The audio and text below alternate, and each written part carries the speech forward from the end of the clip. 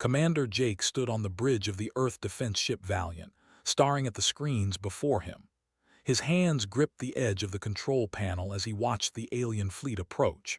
There were hundreds of ships, each one larger and more powerful than anything humanity had ever built. They moved through space like a dark cloud, blocking out the stars. "Sir, they're hailing us again," Kate said from the communication station. Her voice was steady, but Jake could see the fear in her eyes. She had been with him for 5 years, and he had never seen her look so worried.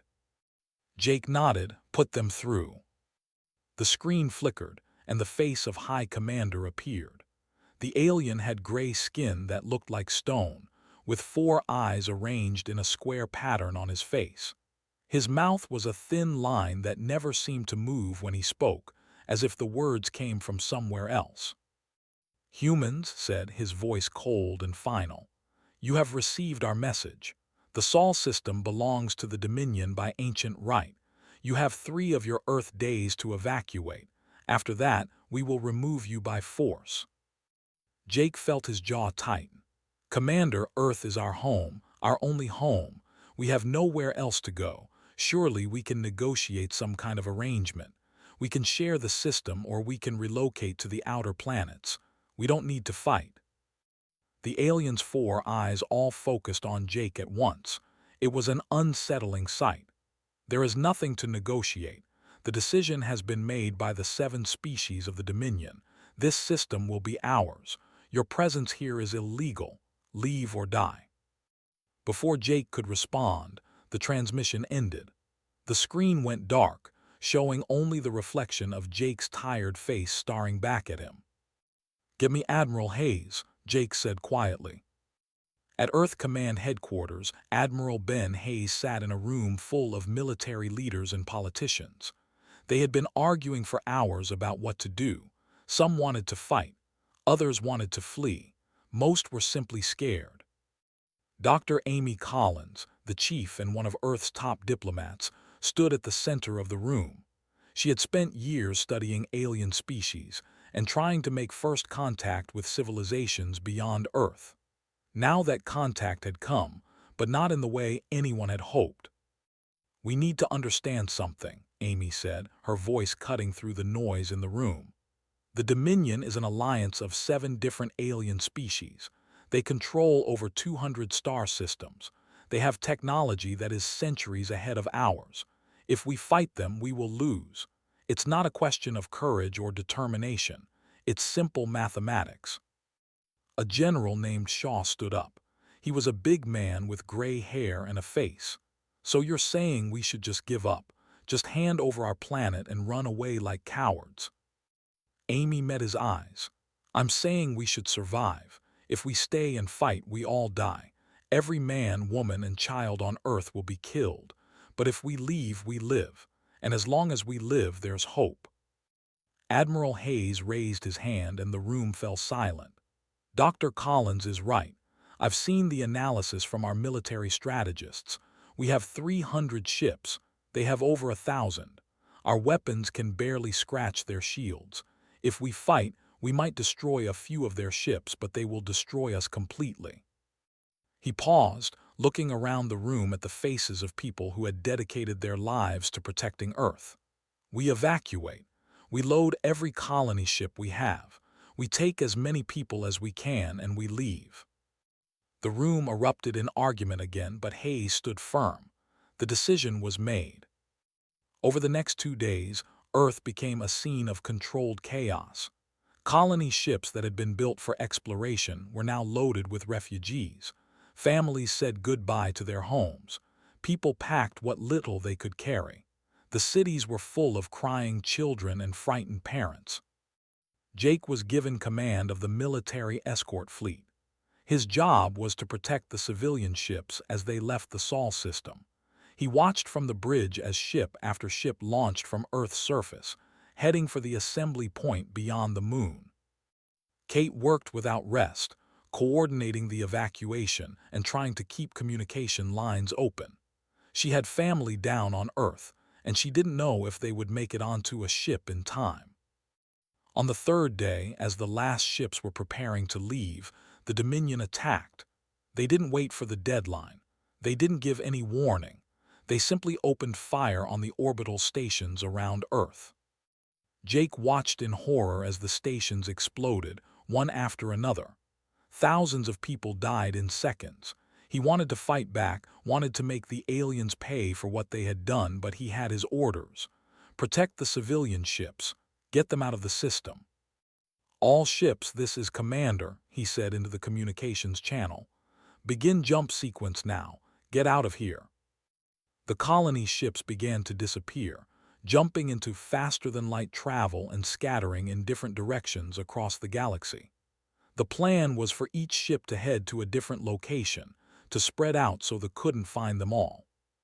As the Valiant prepared to jump, Amy Collins sent a final message to the Dominion.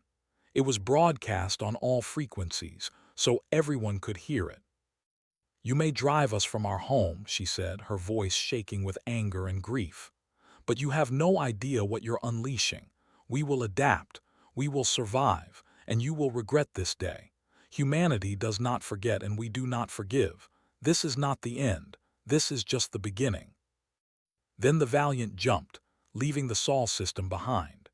Jake took one last look at Earth on the screen, seeing the blue and green planet that had been home to his entire species. The ships were already moving into orbit, claiming their prize.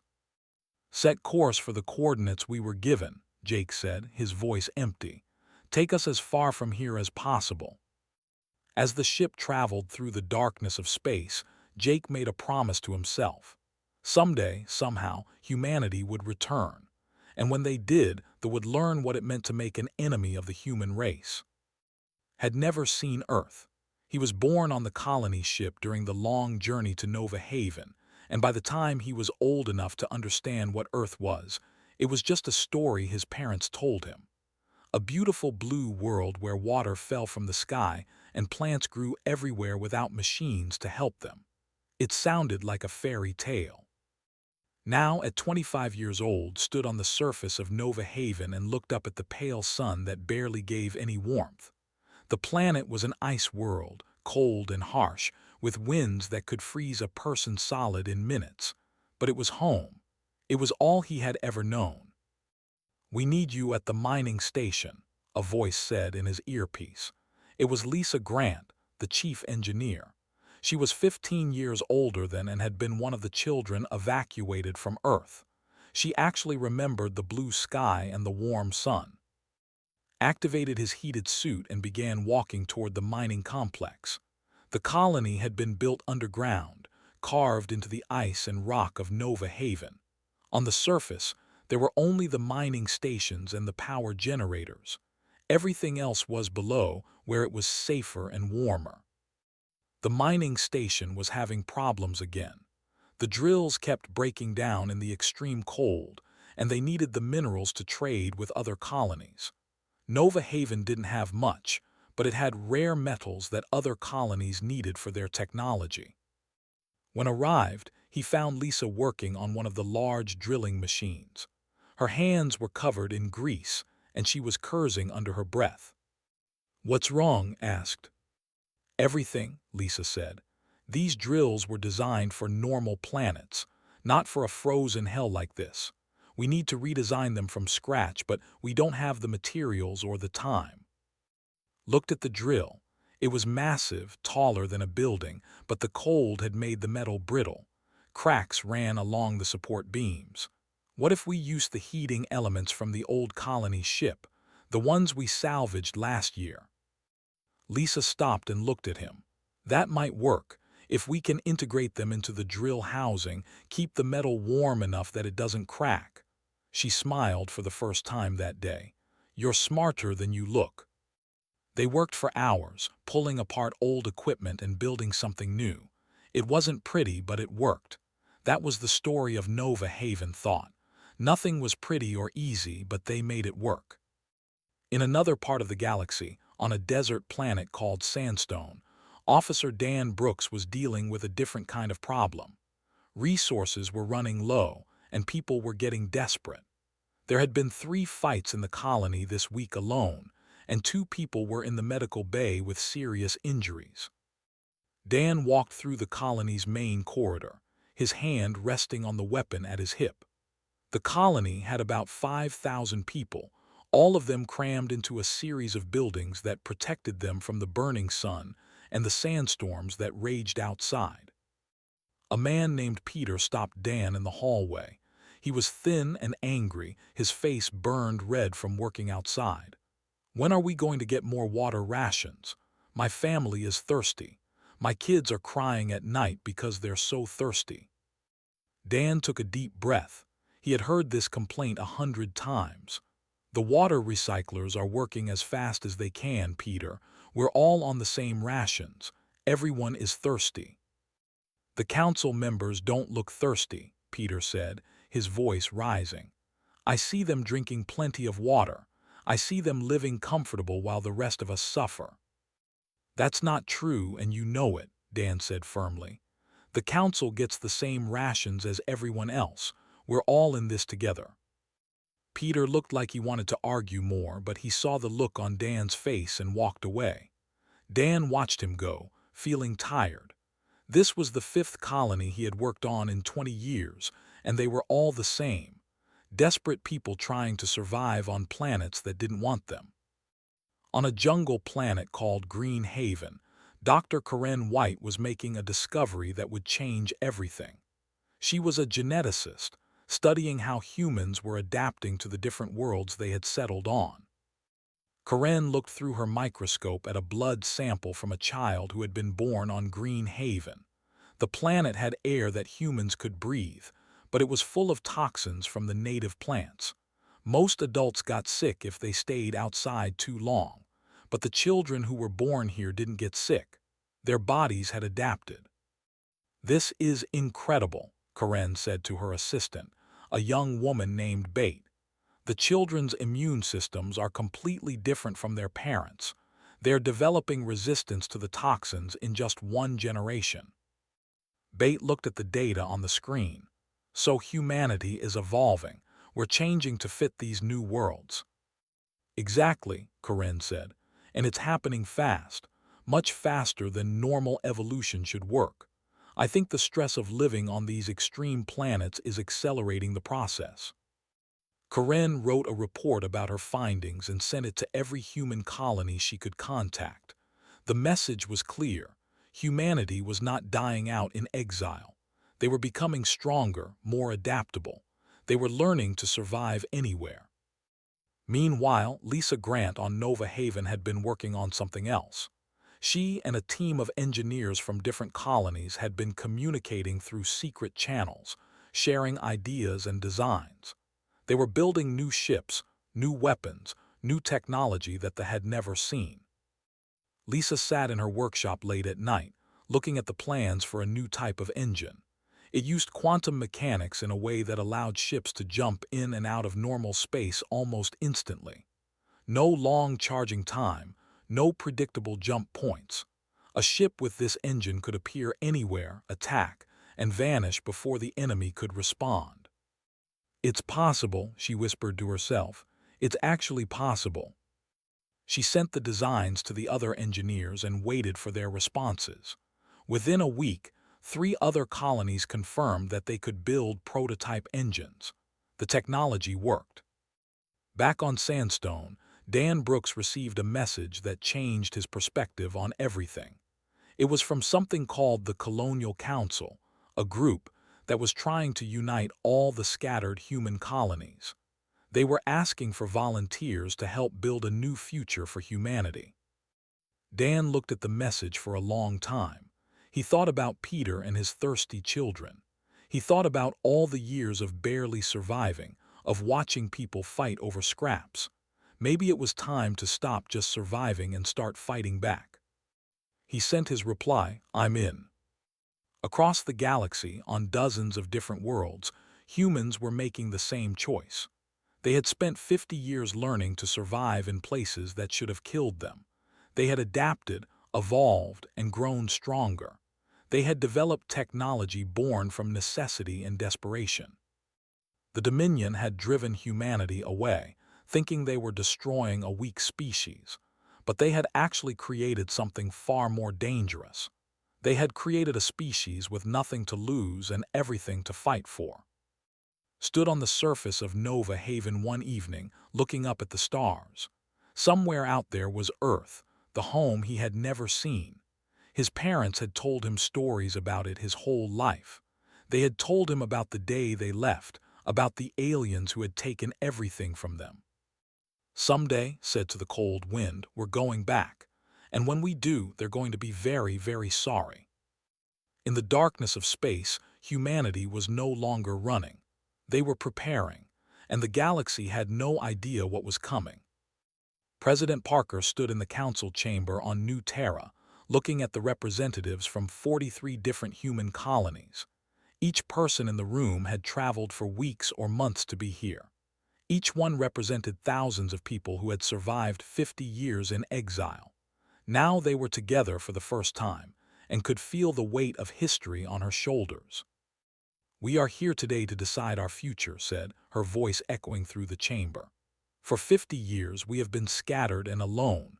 We have survived on worlds that tried to kill us. We have lost so many people, so many children who never knew the home their parents left behind.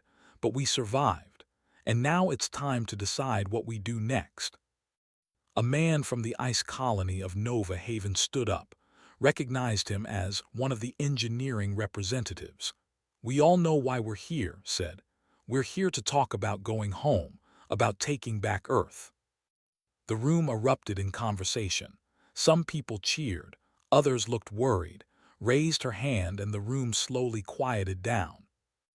"Before we make any decisions," said, "we need to hear from General Shaw about our military capabilities." Shaw walked to the center of the chamber.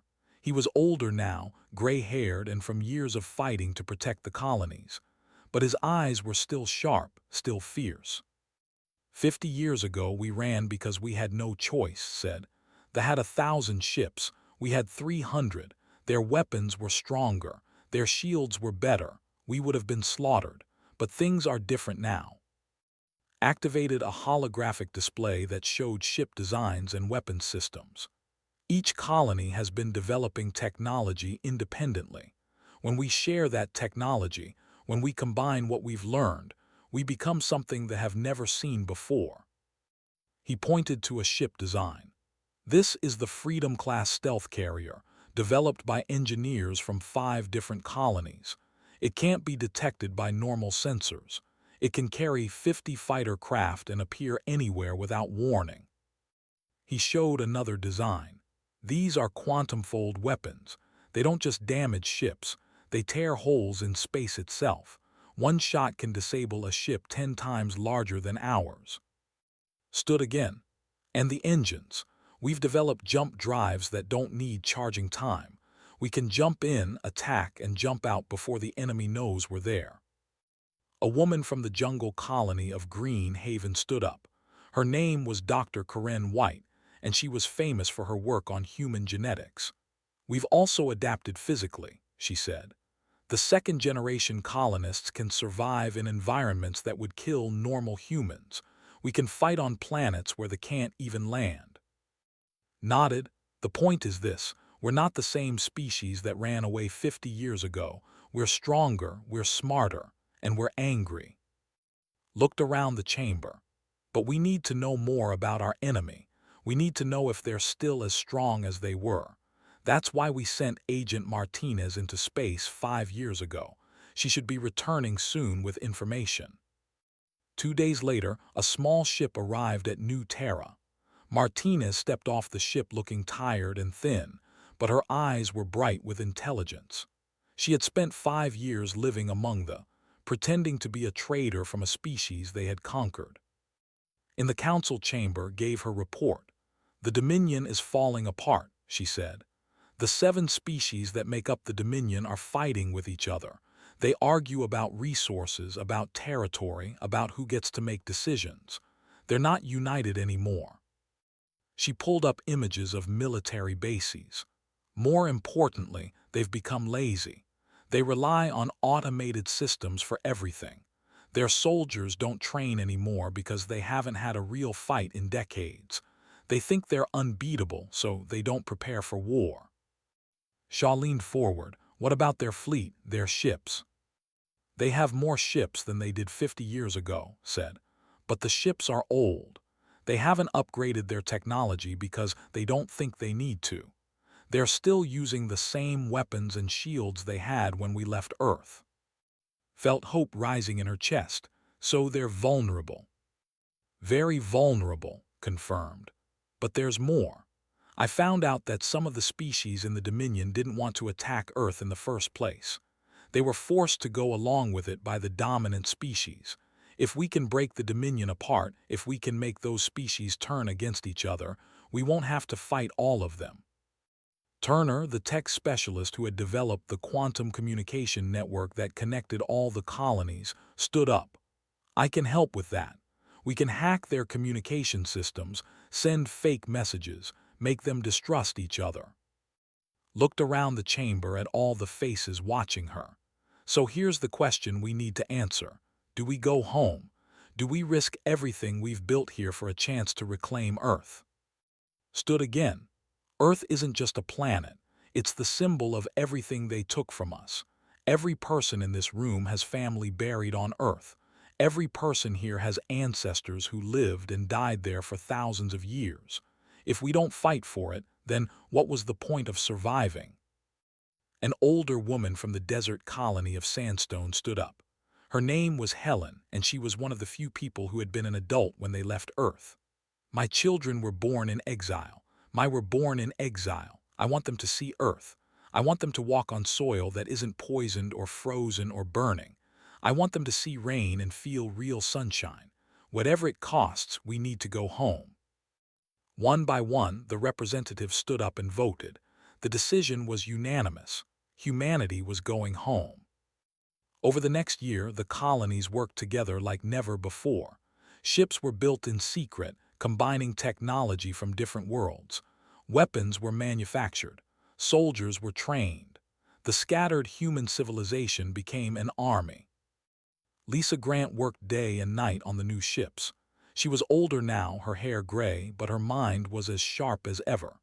She stood in the shipyard on Nova Haven, watching as the first Freedom-class carrier was completed. It was beautiful and deadly, like a knife in the darkness. Dan Brooks trained soldiers from dozens of colonies. He taught them not just how to fight, but how to think.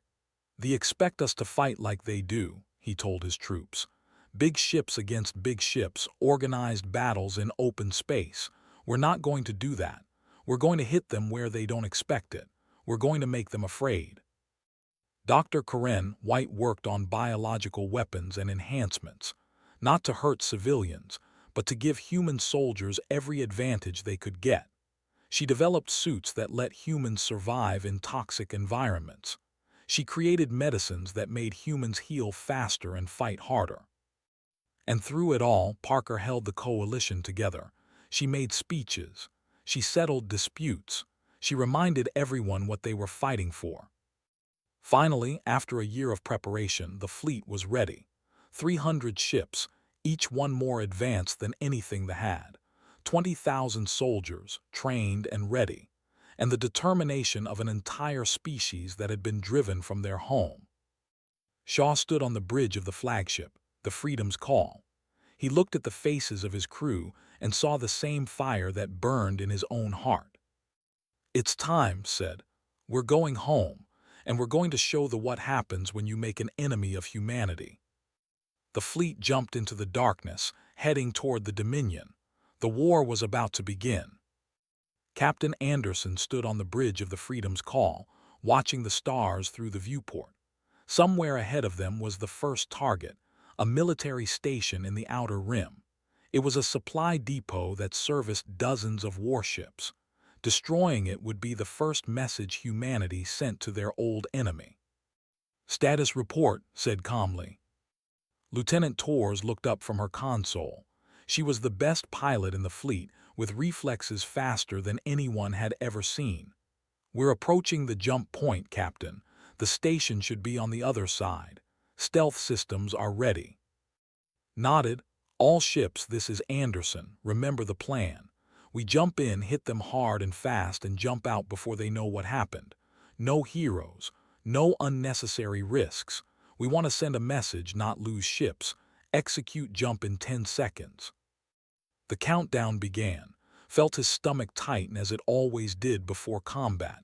50 years ago, he had been a child when humanity fled Earth. Now he was leading them back. The irony wasn't lost on him. The ship jumped, and suddenly they were in the system. The military station hung in space like a small city, with ships docked all around it. Lights blinked on its surface. It looked peaceful, completely unprepared for what was about to happen. All fighters launch now, ordered. Tors led the first wave. Her fighter shot out of the carrier like a bullet, followed by 49 others. They moved in perfect formation, invisible to the station's sensors. They had no idea they were there. The fighters opened fire at the same time. Quantum-fold weapons tore through the station's shields like they were paper. Explosions bloomed across its surface. Docked ships were destroyed before they could launch. In 30 seconds, the station was a burning wreck. All fighters returned to base, ordered. Prepare to jump. But before they could leave, 3 warships appeared. They must have been patrolling nearby and heard the distress signal. They were massive ships, each one 3 times larger than the Freedom's call. "Captain, they're locking weapons on us," his tactical officer reported. "Get your fighters back here now," said. "Helm, evasive maneuvers. Don't let them get a solid lock." The Freedom's call twisted and turned through space, dodging the incoming fire. The ships were fast, but they weren't as maneuverable. They were built for power, not for quick movements. Fighters came back, but instead of docking, they attacked the warships from behind. Their small weapons couldn't do much damage, but they didn't need to. They were a distraction. "Now," said, "fire all forward weapons." The Freedom's call unleashed everything it had. Quantum-fold torpedoes slammed into the lead warship, and for a moment, nothing happened. Then the ship simply came apart, torn into pieces by the weapons that twisted space itself. The other 2 ships turned to run, but they were too slow. The human fighters swarmed them, hitting their engines. The warships were left floating in space, damaged and helpless. "Leave them," ordered. "Let them tell their commanders what happened here. Prepare to jump." The Freedom's call and its fighters vanished, leaving behind a destroyed station and 2 damaged warships. They would find them and ask what happened.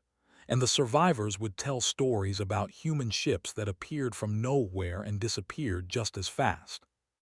Across the Dominion, similar attacks were happening. Human ships struck at military bases, supply convoys, and communication hubs. They never stayed to fight a long battle. They hit hard and vanished before reinforcements could arrive. On the planet Prime, the capital of the Dominion, High Commander sat in his command center and watched the reports come in. He was old now, much older than when he had ordered humanity to leave Earth. His 4 eyes were dim, and his stone-like skin had cracks running through it. "How many bases have been attacked?" he asked his aide. 15 in the last week, Commander. All destroyed or heavily damaged. We've lost 37 ships and over 5,000 personnel." Felt something he hadn't felt in many years: fear. "Do we know who's attacking us?" The aide hesitated. "Some of the survivors say the ships are using technology they've never seen before, and they found this message at one of the attack sites." The aide played a recording. It was a woman's voice speaking in the common trade language. "This is Commander Rachel Stone of the Human Coalition. 50 years ago, you drove us from our home. You killed thousands of our people. You thought you had destroyed us. You were wrong. We survived. We adapted. And now we're coming for you. This is just the beginning." Felt his heart sink. The humans. He had almost forgotten about them. It had been 50 years since they fled, and he had assumed they died out on whatever harsh worlds they had settled. The idea that they were not only alive but attacking the Dominion had never occurred to him. "Send a message to all Dominion fleets," ordered. "Find the humans, hunt them down, destroy them completely. But finding the humans was harder than he expected. They didn't have bases in known systems. They didn't follow predictable patterns. They appeared, attacked, and vanished. It was like fighting ghosts. Dr. Chris Bailey sat in the strategy room on New Terra, analyzing every piece of data from the attacks. He was a warfare strategist, someone who could look at a battle and see patterns that others missed. "They are responding exactly as we predicted," he told General Shaw. "They're sending their fleets to protect their major bases. That means their border systems are less defended. We can hit those next." Studied the star charts. What about their home systems, the core worlds of the Dominion? "Not yet," Chris said. "We're not ready for that. Right now, we're weakening them, making them spread their forces thin. When they're weak enough, then we strike at the heart." Commander Rachel Stone led the ground forces that specialized in boarding enemy ships. She and her team would wait until a ship was damaged, then board it while the crew was confused and disoriented. They would steal data and sometimes capture prisoners for interrogation. On one mission, Rachel's team boarded a command ship that had been disabled by fighter attacks. They moved through the corridors in their black armor, their weapons ready. The crew tried to fight back, but they were no match for humans who had trained for years in zero-gravity and hostile environments. Rachel found the ship's captain in the command center. He was a member of the Tau species, one of the 7 species in the Dominion. He looked at her with his 3 eyes full of confusion. "You're humans," he said, speaking the trade language. "But you were driven away. You were defeated." Rachel pulled off her helmet so he could see her face. "We were driven away, but we were never defeated, and now we're back. You should tell your friends something. The Dominion made a mistake 50 years ago. They thought they could take our home and we would just disappear. But humans don't disappear. We remember, and we always come back." She left the captain alive and took the ship's data cores with her. Later, when forces found the ship, they found the captain sitting in his command chair, still in shock. The attacks continued for months. They tried everything to stop the humans. They sent hunters to track them. They set traps. They fortified their bases. Nothing worked. The humans were too fast, too smart, and too angry. Internal tensions in the Dominion began to rise. The 7 species started to blame each other for the failures. Some of them remembered that they had argued against attacking Earth in the first place. Old grudges came back to the surface. Turner's team used this to their advantage. They hacked into communication systems and sent fake messages, making it look like one species was betraying another. They spread rumors and lies that made the species distrust each other. Slowly, the Dominion began to fracture. 2 of the 7 species their support, saying they would no longer fight in a war they didn't believe in. That left them with fewer ships and fewer resources. Torres shot down her 50th enemy fighter in a battle near the border systems. Her squadron had become famous throughout the human fleet. They had even given them a name in their language that translated roughly to the Death Shadows. After the battle, sat in the pilot's ready room and looked at pictures of Earth that had been taken before the evacuation. She had never seen Earth in person, but she had studied every image, every video. She knew what she was fighting for. "Soon," she whispered to the images, "we're almost there." And she was right. The Dominion was weakening with every battle. Their fleets were scattered. Their allies were abandoning them, and the human fleet was growing stronger and bolder. The time was coming when humanity would make its final push. They would return to Earth and take back what was theirs. Fleet Admiral Jake stood on the bridge of the Freedom's Call and looked at the star map showing the Sol system.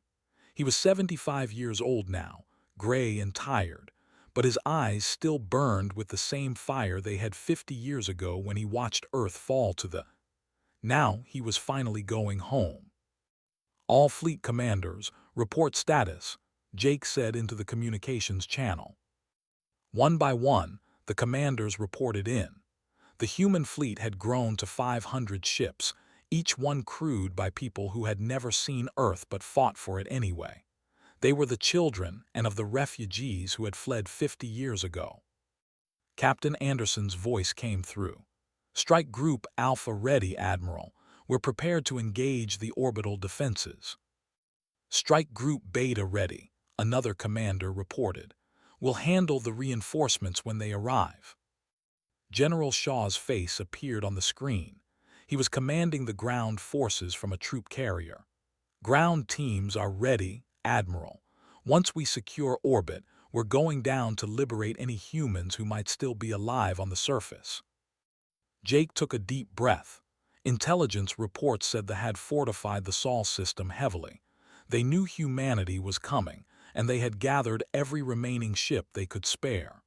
This would be the biggest battle of the war. "All ships, this is Admiral," Jake said, his voice steady and calm. 50 years ago, we were driven from our home. We fled into the darkness, and many thought we would die out there. But we didn't die. We survived. We grew stronger, and now we're here to take back what's ours. No matter what happens today, remember this: we are humanity. We don't give up. We don't surrender. And we always protect our home. Begin jump sequence."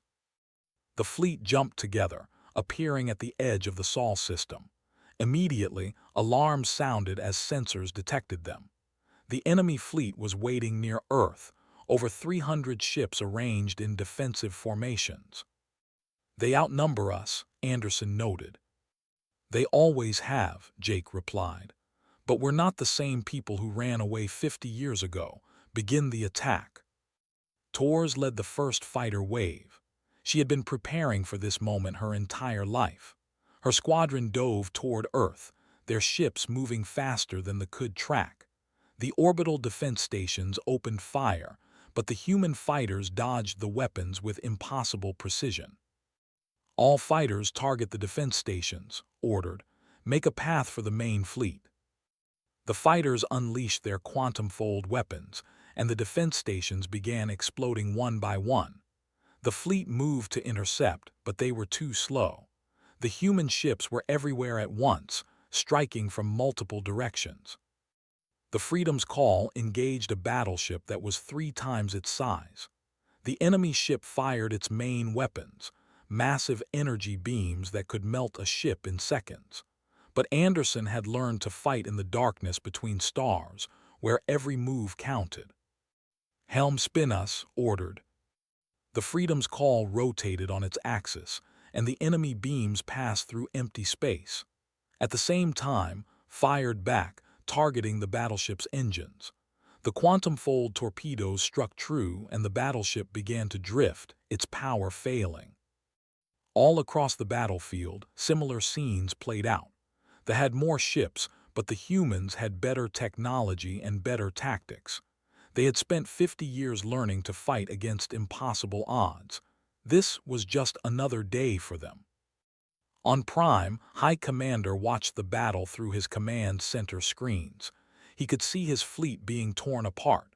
The humans were everywhere, striking with weapons that his people didn't understand.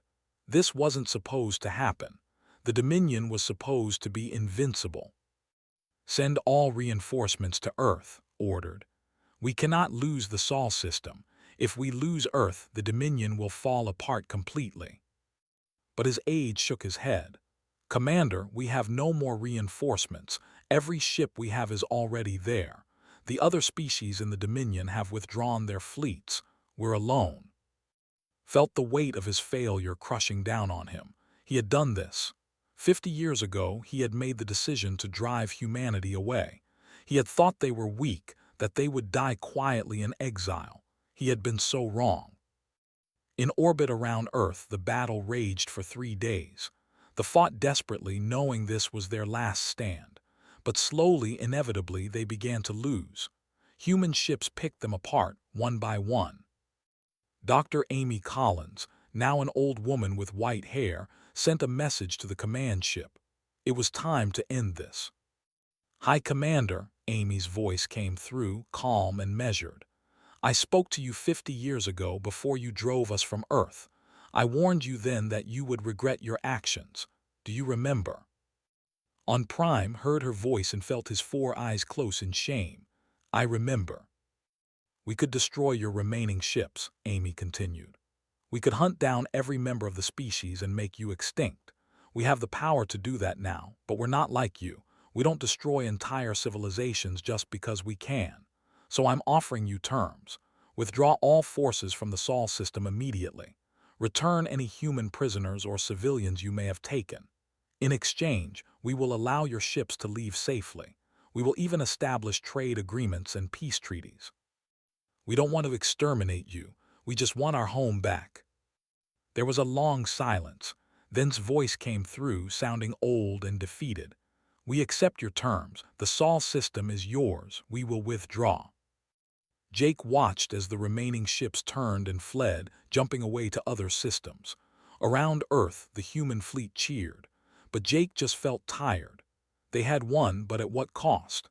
How many people had died in 50 years of exile? How many children had been born and died without ever seeing their ancestral home? "Begin landing operations," Jake ordered. "Let's go home." General Shaw led the first teams down to Earth's surface. They expected to find the planet transformed, turned into a colony, but what they found surprised them. Earth was mostly empty. They had built some cities, but they had struggled with Earth's environment. The gravity was too strong for some species. The atmosphere was too thick for others. They had never truly made Earth their home. And in the wilderness, hidden in the mountains and forests, teams found something amazing: humans. Small communities of people who had refused to leave, who had hidden from and survived in secret for 50 years. They were wild and strange, adapted to living off the land, but they were human. Earth had never been completely lost. An old woman approached as he landed. She had dark skin weathered by years in the sun, and her eyes were bright with intelligence. "Are you the ones who left?" she asked. "The ones who fled 50 years ago?" Nodded, feeling ashamed. "We are. We ran because we couldn't fight. I'm sorry we left you behind." The woman smiled. "Don't be sorry, you survived. You came back. That's all that matters. Welcome home." Over the next months, humanity began the long process of reclaiming Earth. The cities they had built were torn down or repurposed. Humans from the colony worlds began arriving, seeing Earth for the first time. Children who had been born in ice and fire now walked on green grass and felt real rain on their faces. Stood on a beach, his feet in the sand, watching the ocean waves. He had lived his entire life on Nova Haven, where water was ice and the sun was weak. Now he stood in warm sunlight and felt the ocean breeze on his face. It was better than any story his parents had told him. Lisa Grant, now an old woman, walked through the rebuilt spaceport where the Valiant had launched 50 years ago. She had spent her life building ships and weapons in the cold darkness of Nova Haven. Now she was on Earth, the planet that had only been a dream. Tors, the fighter pilot who had shot down over 100 enemy ships, retired and became a teacher. She taught children about the war, about the exile, about how humanity had survived when everyone thought they would die. Dr. Amy Collins stood in a council chamber on Earth, meeting with representatives from the Dominion. They were negotiating peace treaties and trade agreements. They were humbled now, no longer the proud conquerors they had been. They had learned that you cannot destroy humanity by taking their home. You only make them more determined to get it back. 10 years after the Battle of Earth, Jake stood on the same beach where the final treaty had been signed. He was 85 years old and he knew he didn't have much time left, but he had seen humanity return home. He had seen Earth reclaimed. That was enough. A young girl ran past him, laughing as she chased the waves. She had been born on Earth, in the new world that humanity had built. She had never known exile or fear. She was the future. Jake smiled and looked up at the stars. Humanity had colonies all across the galaxy now, not as refugees but as explorers and pioneers. The Dominion had fragmented into smaller states, some of which were now allies with humanity. The galaxy had learned a hard lesson: never underestimate a species that has nothing to lose. More importantly, never underestimate humanity's ability to survive, adapt, and come back stronger than before. They had been driven away from Earth, but they had returned, and they would never leave again. As the sun set over the ocean, Jake closed his eyes and felt the warm breeze on his face. He was home. After 50 years of exile, after a lifetime of war and struggle, he was finally home. And it was worth every sacrifice, every loss, every year of darkness. Humanity had won not by being stronger or having better weapons, but by refusing to give up, by holding on to hope even when everything seemed lost. That was the real strength of humanity. That was why they would survive, no matter what the galaxy threw at them. The stars above twinkled in the darkening sky, and somewhere out there, other species looked at Earth and remembered the lesson they had learned. When you drive humanity away, you don't destroy them. You only make them more dangerous. And when they come back unstoppable.